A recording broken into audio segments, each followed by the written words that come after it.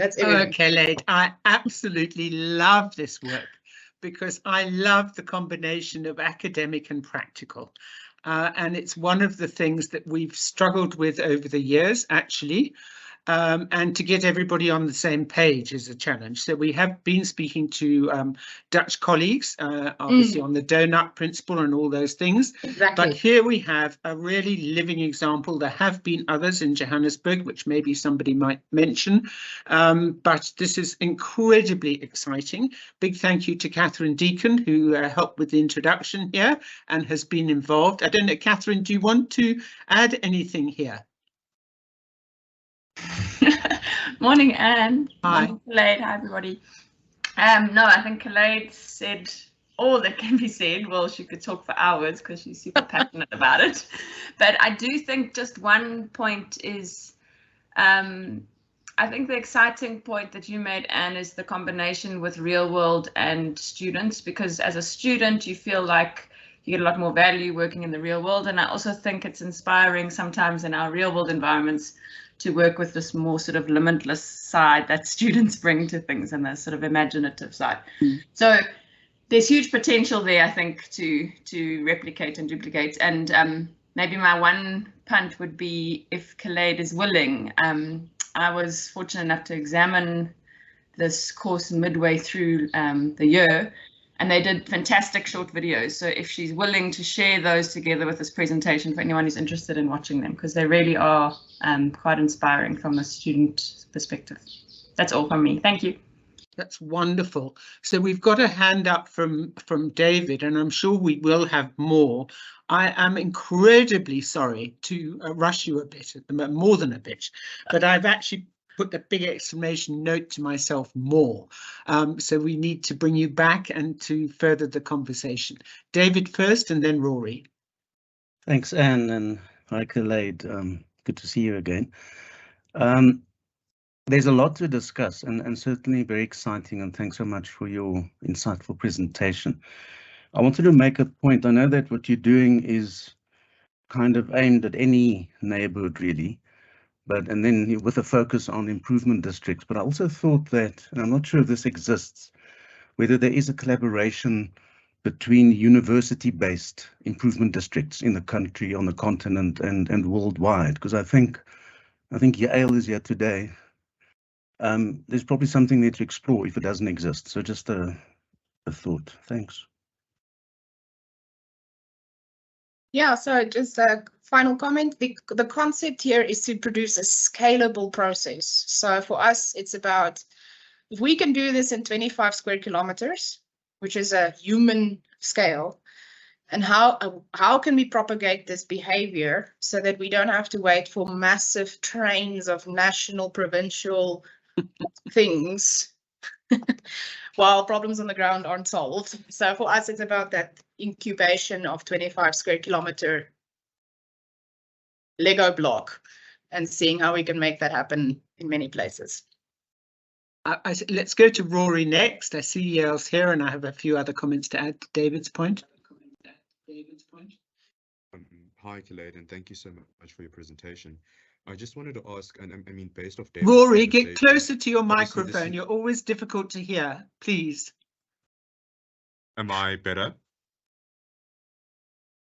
Yes. Yeah, thanks. I just wanted to ask, based just off David's question, I know this is a very university-centered kind of concept, but I wanted to really understand your scales per your, I mean, how big should it be? I know you just mentioned 25 square kilometers, but how small can you go, or is 25 square kilometers your base?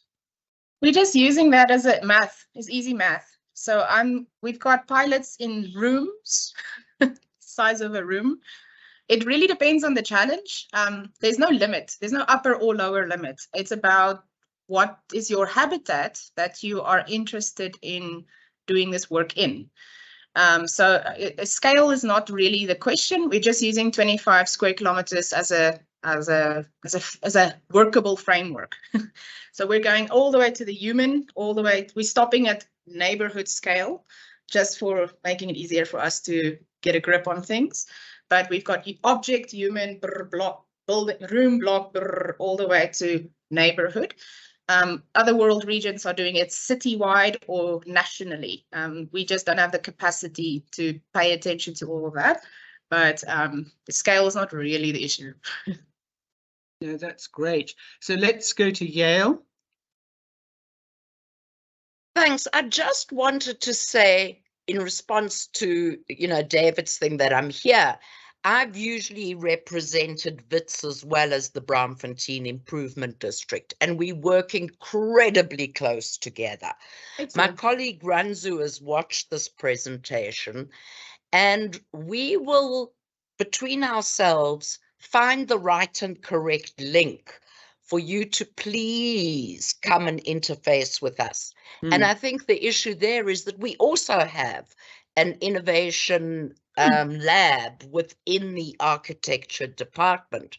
But this is an opportunity of actually learning from your unbelievable experience and expertise how to do this, because we've got the exact same situation of a Excellent. university in a deep urban area. And I just look forward to further collaboration. So thank you very much. Excellent, and we are happy to. This is not a selfish project. We're just leveraging whatever was in front of us, and we're looking for partners left, right, and center. Happy to share, happy to expand, happy to learn. Absolutely love this. So Michaela next, and then Andrew. Thank you so much for it. I think it's incredibly interesting. I agree with Yael, there's been work done in Joburg, and very often it's always that point of work done in isolation, and that concern that there's very little meeting point and sharing that we can start optimizing. I think the reality for a number of the CIDs, particularly in Johannesburg, is capacity.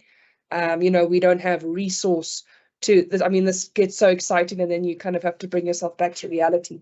And I think that's part of what we would want to explore. How do we create like a mobile lab that starts to say, there's data that each CID has, and I don't know that we're all or familiar with how we could be optimizing that data. And I think that that's part of the exploration, is that these types of projects seems unreachable, because for so many of us, we don't have the capacity to put the time or resources into it.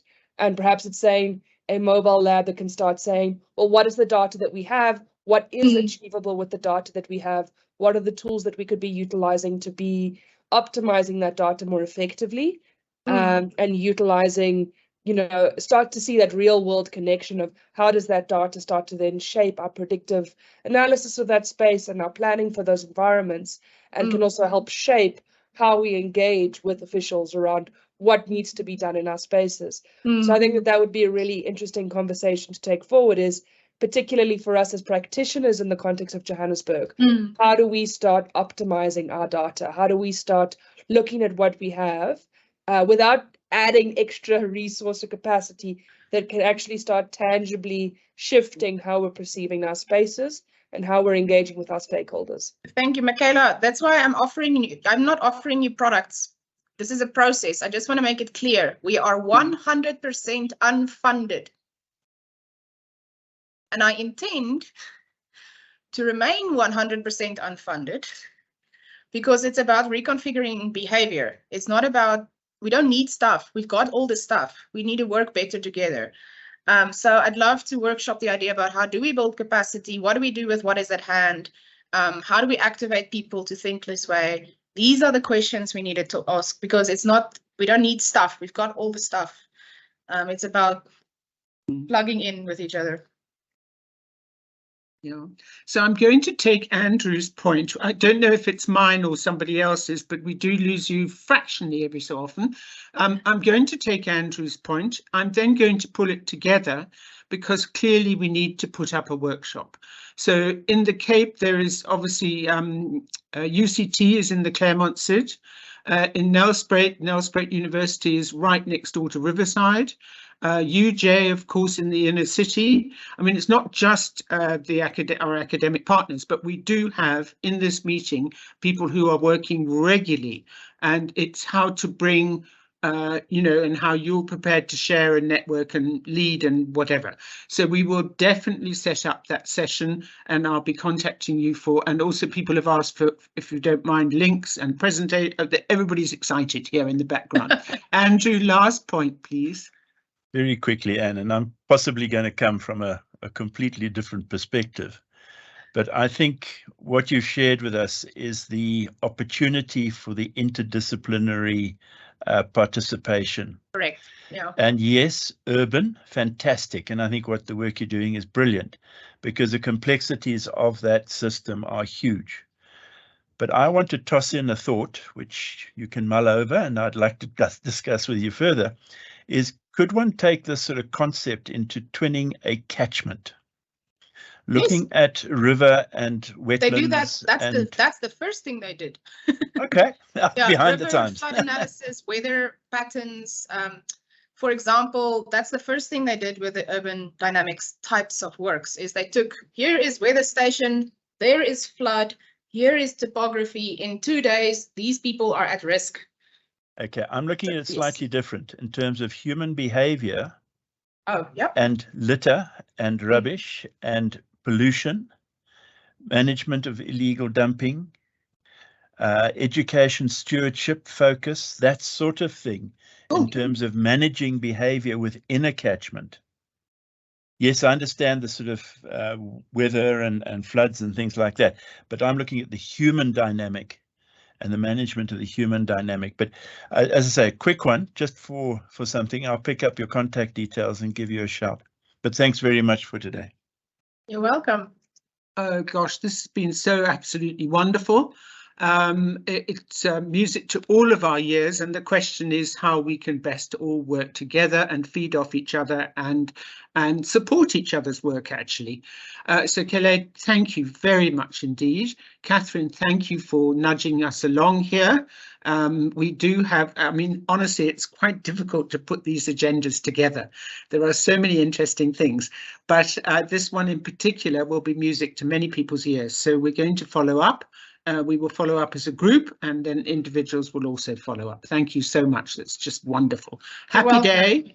You too. Enjoy Have a good spring. meeting. I hope you don't have hay fever.